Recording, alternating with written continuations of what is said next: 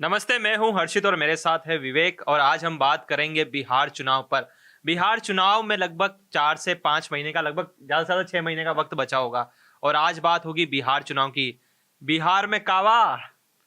बिहार में इस बार बहुत ही खिचड़ी सरकार होने वाली है, जहां तक हमको देखने में आपने पहले प्रेडिक्शन कर दिया खिचड़ी सरकार। जी, बहुत ही पहले प्रेडिक्शन, आज से लगभग मान के चलिए नवंबर में वहां पे चुनाव होने वाला है और ये मई में आज हम लोग बातचीत कर रहे हैं। आज 20 तारीख है। इसलिए हम ऐसा बोल रहे हैं क्योंकि इस बार एक नई पार्टी यानी जन सुराज का उदय हुआ है। इसलिए वहां पे काफी मामला हमको त्रिकोणी नजर आता हुआ दिखाई दे रहा है अभी। भैया जनसुराज ऐसा क्या कमाल कर देगी? अभी नई नई तो आई है पार्टी, राष्ट्रीय अध्यक्ष भी शायद आज ही बना है उनका। नहीं, राष्ट्रीय अध्यक्ष कल जो है कि बने हुए हैं उदय सिंह उर्फ पप्पू सिंह, जो कि ये 2 बार पूर्णिया से सांसद रहे हैं बीजेपी से। उसके बाद इन्होंने ये कांग्रेस गए, फिर कांग्रेस छोड़ के फिर से इन्होंने जनसुराज का दामन थामा हुआ है। और इनका अगर राजनीतिक परिवार की बात करें तो इनके भाई भी जेडीयू से राज्यसभा सांसद हैं और जो 15वां वित्त आयोग बना था एनके सिंह, उसके अध्यक्ष थे ये। और इनकी माँ भी 2 बार कांग्रेस से सांसद रही हैं और पूर्णिया में मतलब काफी अच्छा खासा इनका दखल रहता है।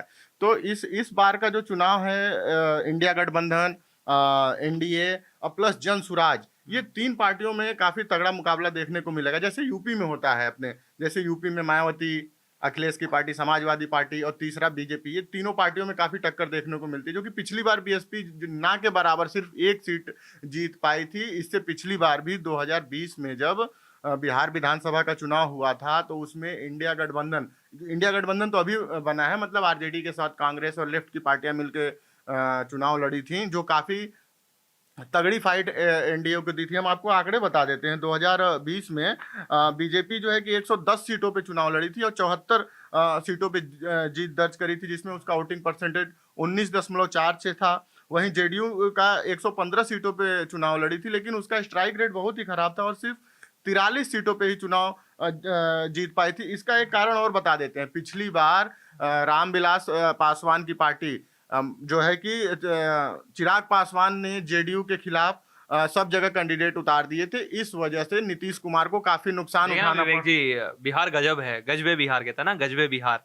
तो जो 43 वालों की बना दी सरकार है, तो जो 43 सरकार थी उनको जिसके पास 43 सीटें उसको मुख्यमंत्री बना आप दिया। ये समझिए, महाराष्ट्र में जो लोग अभी चुनाव हुए थे, महाराष्ट्र में वहां पे मुख्यमंत्री को हटना पड़ा था, एकनाथ शिंदे को। तो उसकी तुलना लोग बिहार से कर रहे थे कि बिहार में क्या नीतीश कुमार को भी बीजेपी हटा पाएगी। लेकिन दोनों की तुलना, मतलब दोनों नेताओं की तुलना हम एक जैसे नहीं कर सकते हैं। नीतीश कुमार और एकनाथ शिंदे दोनों अलग अलग हैं, दोनों के राज्य अलग हैं, दोनों की इकोनॉमी अलग है, सब कुछ अलग है। और यही हम अब ये जनसुराज की जो बात कर रहे हैं, और कांग्रेस भी जो है कि पिछली बार, हाँ, कांग्रेस की बात करते हैं, पिछली बार 70 सीटों पे कांग्रेस जो है कि 2020 में चुनाव लड़ी थी, लेकिन सिर्फ 19 सीटों पर ही चुनाव जीत पाई थी। और आरजेडी 75 सीटों पर जीत पाई थी। वो एनडीए से 10 सीटें पीछे रह गई थी। और इसमें सबसे बड़ी बात है जो है कि ओवैसी की पार्टी 5 सीटों पे चुनाव जीत गई थी। वही आरजेडी का खेल, मतलब ये इंडिया गठबंधन, आज के इंडिया गठबंधन का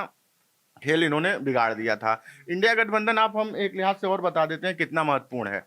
हरियाणा में विधानसभा का चुनाव हुआ, आम आदमी पार्टी कांग्रेस के साथ चुनाव नहीं लड़ी। एक तरह से हम कह सकते हैं कि लोकसभा चुनाव के बाद इंडिया अलायंस टूट सा गया। आपको क्या लगता है? मतलब हरियाणा में देखिए अलग हो गए, अलग अलग चुनाव लड़े। उसके बाद दिल्ली की नहीं, इंडिया अलायंस तो आज तक मुझे समझ में नहीं आया कि वो किस मुद्दे पर साथ है, क्योंकि जब स्टेट में जाते हैं अलग अलग हो जाते हैं, मतलब उनमें आपसी सहमति बनी नहीं पाई ना कभी, चाहे वो केंद्र में हो चाहे राज्य में हो। हमेशा तो उनके बीच नहीं, मैं एक बार, हाँ, हमेशा उनके बीच डिस्प्यूट हो जाता ना, जब भी आप, चाहे वो हरियाणा हो चाहे यूपी हो चाहे दिल्ली हो। मतलब एक बिखरा कुनबा लगता है इंडिया अलायंस, क्योंकि कभी उन्होंने एकजुट होकर कभी कोई चुनाव लड़ाई नहीं। चाहे आप महाराष्ट्र में देख लीजिए, उनकी ना नीति क्लियर है ना उनकी नीयत क्लियर। मतलब समझ में नहीं आ रहा कि वो करना क्या चाहते हैं। अलायंस तो बना लिया उन्होंने, लेकिन वो खुद कंफ्यूज है कि भैया ये अलायंस है या एक बिखरा हुआ कुनबा है। देखिए, इंडिया अलायंस का सिर्फ और सिर्फ एक उद्देश्य था, बीजेपी को रोकना था।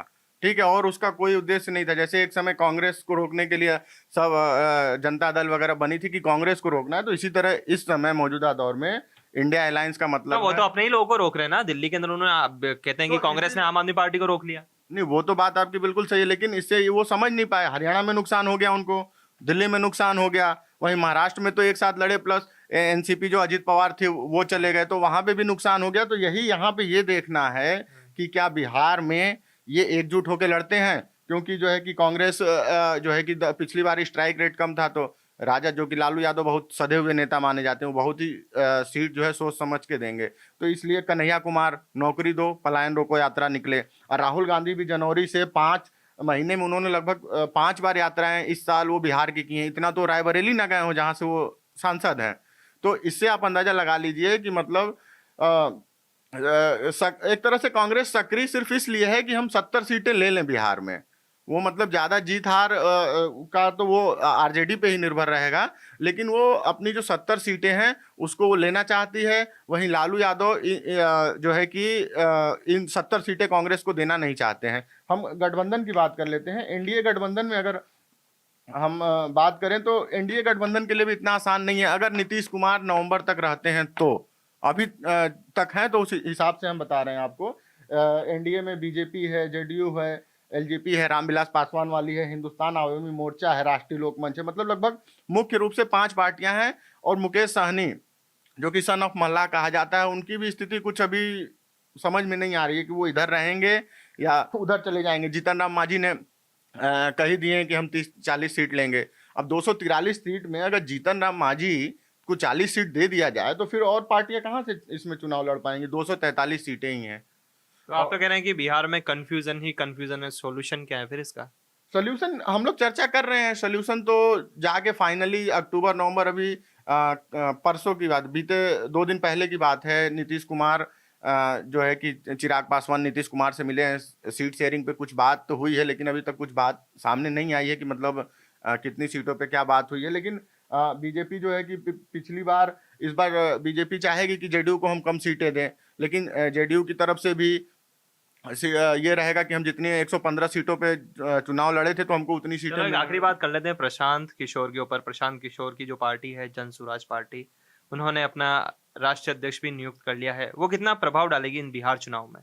देखिए, प्रशांत किशोर की पार्टी जन सुराज की बात करते हैं। वो तो कहते हैं कि हम नेता नहीं हैं, हम कोऑर्डिनेटर हैं, जो कि उनका दावा है कि हमने कई पार्टियों को चुनाव जिताया है। यहाँ भी हम जन सुराज में एक भूमिका निभा रहे हैं, लोगों को मतलब जो बिहार को बदल सकें। लेकिन एक चीज़ और देखना होगा, कांग्रेस भी अब उस मुद्दे इससे पहले आपने किसी चुनाव में बिहार में हमने नहीं सुना था कि पलायन पे बात हो रही थी। इससे पहले तो नाली पे, गली पे, सड़क पे, बिजली पे ही बात होती थी। लेकिन इस चुनाव में बिहार में पलायन पे बात हो रही है कि पलायन रोका जाएगा। जैसा कि कन्हैया कुमार की यात्रा भी जो रही, नौकरी दो पलायन रोको, फिर से प्रशांत किशोर भी जो है कि हमेशा वो बात कर रहे हैं, पलायन रोकने की बात कर रहे हैं। आरजेडी भी इस चीज़ को उठा रही है और बीजेपी भी इस चीज़ को उठा रही है। प्रशांत किशोर जो लोन की बात कर रहे हैं कि महिलाओं को कम, छोटे मतलब व्यवसाय शुरू करने के लिए बहुत ही कम ब्याज पे लोन दिया जाएगा, और बच्चों को पढ़ाने के लिए जब तक मतलब जैसे कि उनका दावा है कि अगर हमारी सरकार नवंबर में बनती है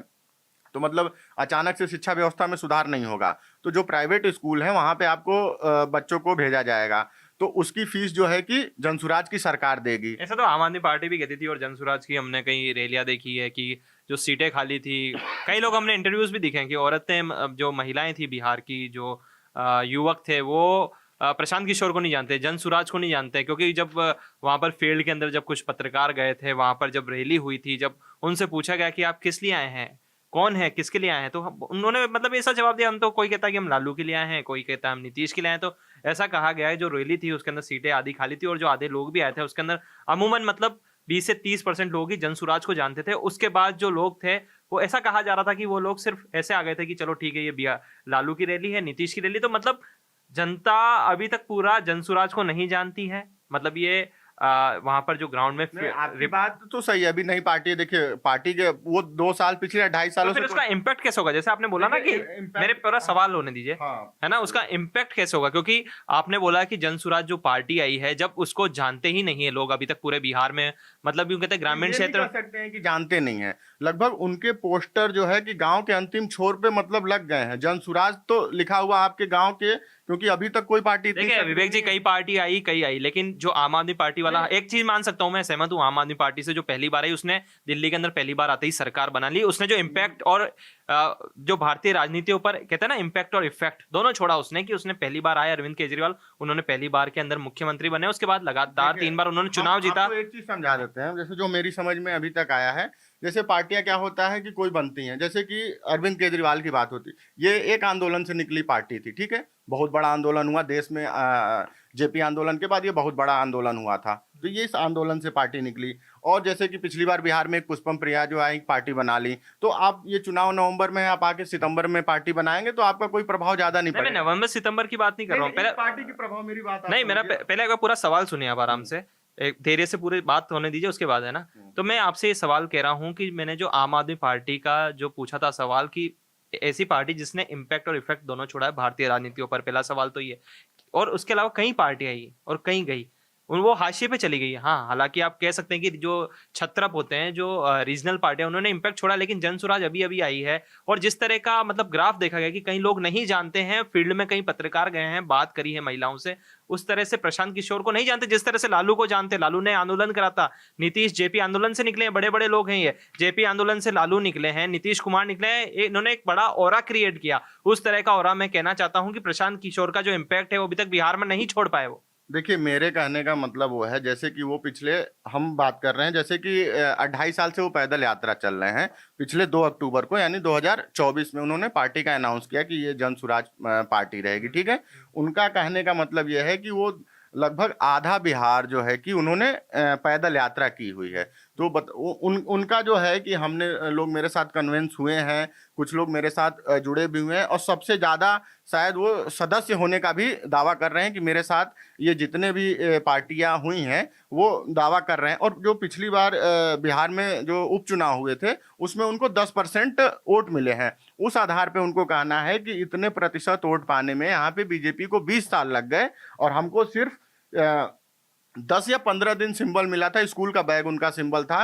उन्होंने बोला कि इसमें छठ पड़ गया, जो कि बिहार में बहुत बड़ा पर्व माना जाता है, तो 3-4 दिन छुट्टियां पड़ गई, तो हम इस सिंबल को मतलब जहां पे चुनाव था हम पहुंचा नहीं पाए। इसलिए मेरा जो है कि उपचुनाव में जैसी कि उम्मीद थी हमारी उस तरह से हमने नहीं कर पाया। और जैसा कि इस वजह से और सबसे बड़ी बात हम बता दे रहे हैं, ये जो उन्होंने जो अध्यक्ष बनाए हैं उदय सिंह, इनका पूर्णिया में मतलब काफी अच्छा खासा उधर है इनका परिवार। आपको बताएं कि इनकी माताजी भी 2 बार कांग्रेस से सांसद रहे हैं। इनके भाई जो है कि जेडीयू से सांसद हैं, वो 15वें वित्त आयोग के अध्यक्ष थे। इनके पिताजी आईएएस अधिकारी रहे हैं। इनका एक अच्छा खासा रसूख है। और इसके साथ ही और ये देखिए, हिंदुस्तान में रसूख होने से काम नहीं चलता, जनता के लिए काम करना पड़ता। अगर आप नहीं, रसूख की बात हम कहने का मतलब ऐसा नहीं कि पैसे रुपए में। ये आप सोचिए, 2 बार खुद सांसद रहे हैं, इनकी माँ सांसद रही हैं, पिताजी आईएएस अधिकारी रहे हैं, इनके भैया जो है कि जेडीयू में रहे हैं, तो मतलब इनका अच्छा खासा प्रभाव है राजनीतिक। कहने का मतलब मेरा ये है, रसूख तो पैसा अलग चीज है, मतलब इनका राजनीतिक प्रभाव अच्छा खासा है। तो मतलब ये दावा कर रहे हैं, इनके दावे की हम बात करने जा रहे हैं कि हम आएंगे तो बिहार में इस समय आपको बुजुर्गों की सबसे बड़ी बात बता दें कि इस समय सिर्फ बुजुर्गों को 400 रुपए पेंशन मिल रही है बिहार में। ये कितना बड़ा मतलब, 400 रुपए में एक महीना आदमी कैसे गुजारा करेगा। तो इनका दावा है कि अगर हमारी सरकार आती है तो हम 2000 रुपए बुजुर्गों को चलो, देंगे। मैं आखिरी 2-3 सवाल की ओर ले जाता हूँ।